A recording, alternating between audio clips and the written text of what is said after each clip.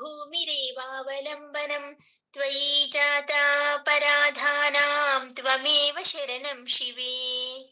ఓం శ్రీమాత్రే నమః. ఓం నమః శివాయ. శివానందలహరి రోజుకో శ్లోకంలో 87వ శ్లోకం నేర్చుకుందాం ఈరోజు. ముందుగా శ్లోకం. అశనం గరళం పణీకలాపో వసనం చర్మ చ వాహనం మహోక్షః మమ దాస్యసి కిం కిమస్తి శంభో తవ పాదాంబుజ భక్తిమేవ దేహి. అశనం గరళం ఫణీకలాపో వసనం చర్మ చ వాహనం మహోక్షః మమ దాస్యసి కిం కిమస్తి శంభో తవ పాదాంబుజ భక్తిమేవ దేహి.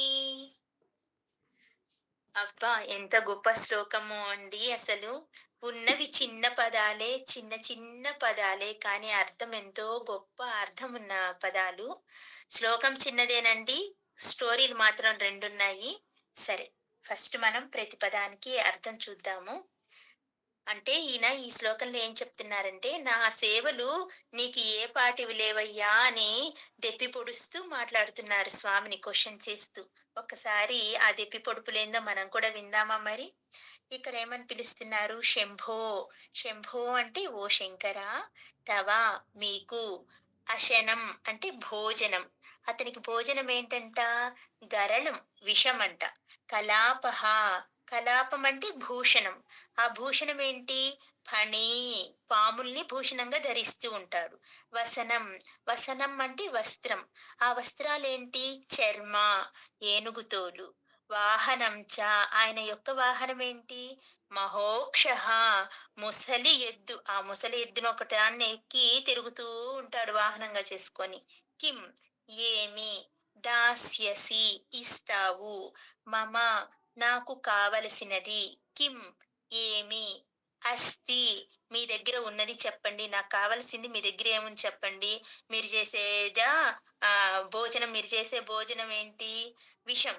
మీరు ధరించే భూషణం ఏంటి? పాము. మీరు వేసుకునే వస్త్రం ఏంది? ఏనుగుతోలు, ఇంకా పులితోలు. ఇంకా నాకు ఇవ్వడానికి ఏముంది మీ దగ్గర? ఉంది, నాకు తెలుసు మాకు అని చక్కగా అడుగుతున్నారు. తవా మీ యొక్క పాదాంబుజ పాద పద్మముల యందు భక్తిం ప్లస్ ఏవా భక్తి మాత్రమే దేహి ఇమ్ము. ఎంత చక్కగా అడుగుతున్నారండి. అదే మనకు గాని శివుడు మన పూజకి నిజంగా మెచ్చి శివుడు ప్రత్యక్షమైతే మనం ఏం అడుగుతాం? స్వామి నాకు కోట్లల్లో బ్యాంక్ బ్యాలెన్స్లు కావాలి, పెద్ద పెద్ద కార్లు కావాలి, నేను ఉన్నట్టుండి కోటీశ్వరుని అయిపోవాలి, ఇలా అడుగుతాం, అవునా? ఆయన ఏం అడుగుతున్నారు? తన పాదాల మీద భక్తి మాత్రమే ఇవ్వమని అడుగుతున్నారు. ఎంత చక్కగా కోరుకుంటున్నారు.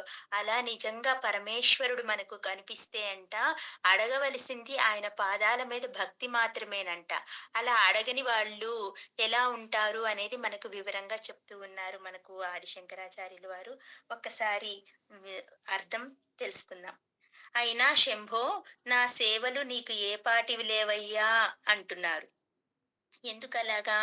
నీ ఒంటి బాగు నువ్వు చూసుకోకుండా నువ్వు తిరుగుతూ ఉంటావు, శ్మశానంలో పడి విషాన్ని భోంచేస్తూ ఉంటావు, లోకరక్షణకు ఎంతకైనా తెగిస్తావు. ఇది అమృతమా లేకపోతే విషమా అని మాకైతే తేడాలు, కానీ నీకు అలాంటి తేడాలు అస్సలేమీ ఉండవయ్యా. ఒళ్ళంతా చరచరా పాకుతున్న పాములన్నీ వదిలించుకోవాలని కూడా అనుకోవు. మనం ఏం చేస్తాం? పాము అల్లంత దూరాన ఉంటే ఇల్లంత దూరాన ఓ అమ్మో అని ఎగిరి పడిపోతుంటాం. ఆయన చరచరాన్ని ఒంటి నిండా పాములు పాకుతూ ఉంటే వాటిని అదిలిద్దామని విదిలిద్దామని అనుకోడట. నీ ఉపేక్ష భావానికి అంతకంటే తార్కాణమేమి కావాలి? పట్టుబట్టలు లేవా? నారచీరలకు కొరత. ఎందుకిలా పచ్చి నెత్తురోడుతున్న గజ చర్మాన్ని ఎండబెట్టకుండా కనీసం శుభ్రంగా ఉతుక్కోవడమైనా చేయకుండా అలాగే కట్టుకొని తిరుగుతుంటావు? ఎందుకు తిరుగుతుంటాడండి? ఆయన అడిగాడు, ఆ గజరాజు అడిగాడు, తన్ని వరం అడిగాడు. ఏమని? ఎప్పుడు నెత్తురు ఓడుతున్నా నా చర్మాన్ని మీరు చుట్టుకొని తిరగాలి. అది ఎలా ఉండాలి? నెత్తురు ఓడుతున్నా సరే నీచు వాసన రాకూడదు. సుగంధ పరిమళంగా సుగంధ భరితమైన పరిమళాన్ని వెదజల్లాలి అని వరం అడిగాడు కదా! మనం ఆల్రెడీ తెలుసుకున్నాం కదా! అందుకు ఆయన అలా తిరుగుతున్నాడు. ఈయనకి తెలియందా? కానీ మళ్ళీ దెప్పి పొడుస్తున్నాడు అంతే. ఆ గజ చర్మాన్ని ఎండబెట్టకుండా, శుభ్రంగా ఉతుక్కోకుండా అలాగే కట్టుకొని తిరుగుతూ ఉంటావు. ఎగిరే పక్షినో, వేగంగా పరిగెత్తే అశ్వాన్నో అధిరోహించి కావలసిన చోటికి చటుక్కున పోకుండా, సత్య సనాతనము, ధర్మమంత ప్రాచీనము అయిన ఆ ముసలి ఎద్దుని ఎక్కి ఎందుకని తిరుగుతూ ఉంటావు? నిజమే కదా! శివుడు తలుచుకుంటే రాజు తలుచుకుంటే దెబ్బలకు కొరవ అన్నట్టు శివుడు తలుచుకుంటే ఏమైనా దొరికేస్తాయి కదా! మరి ఈయనెందుకు ఆయన చెప్పినట్లు చటుక్కున ఏదైనా పక్షి పిలిస్తే అట్లా వదిలిపెట్టదా? లేదా గుర్రాన్ని ఎక్కితే వేగంగా తీసుకొని వెళ్లి అతన్ని కావాల్సిన చోట దించదా? కానీ ఈయనేం చేస్తున్నాడు? సత్య సనాతనము, ధర్మమంత ప్రాచీనము అయిన ఆ ముసలి ఎద్దుని ఎక్కి ఎందుకని తిరుగుతూ ఉంటావు?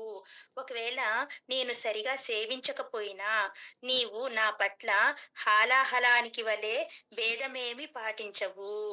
ఎంత చక్కగా చెప్తున్నాడు చూడండి. వీడు నన్ను పూజిస్తాడా? వీడికే నేను వరం ఇస్తాను. వాడు నన్ను పూజించడా? వాడికివ్వను అన్న అన్న భేదాలు ఆయనకి లేవంట. హాలాహలాన్ని ఎలాగైతే అమృతంలాగా స్వీకరించాడో, మనం ఆయన్ని సేవించకపోయినా కానీ మనల్ని కరుణిస్తాడంట చక్కగా. పాముల్ని ఉపేక్షించినట్లే నా పట్ల కూడా ఉపేక్షత వహిస్తూ ఉంటావు. నా సేవలకు, గజాసురుడి సేవలకు పెద్ద తేడా ఏమీ చూపించవు. నీ కరుణకు వేగము, నెమ్మది అనేవి లేనే లేవు. అయినా వేగంగా నీ పాదాలపై సడలని భక్తిని మాత్రమే నాకివ్వు చాలయ్యా అంటున్నారు. ఇన్ని దెప్పి పొడుస్తూ కూడా చివరికి ఏంటో చూడండి ఎలా అడుగుతున్నారు. ఆయన పాదాలపై భక్తిని కోరుకుంటున్నారు చక్కగా ఆదిశంకరాచార్యులు వారు. మనం కూడా అలాగే కోరుకుందామా? ఒకవేళ మనకు శివుడు కనిపిస్తే మనం అడగవలసింది అదేనట. మరి మనం కూడా అది అడిగేద్దామా? ఓం నమ శివాయ.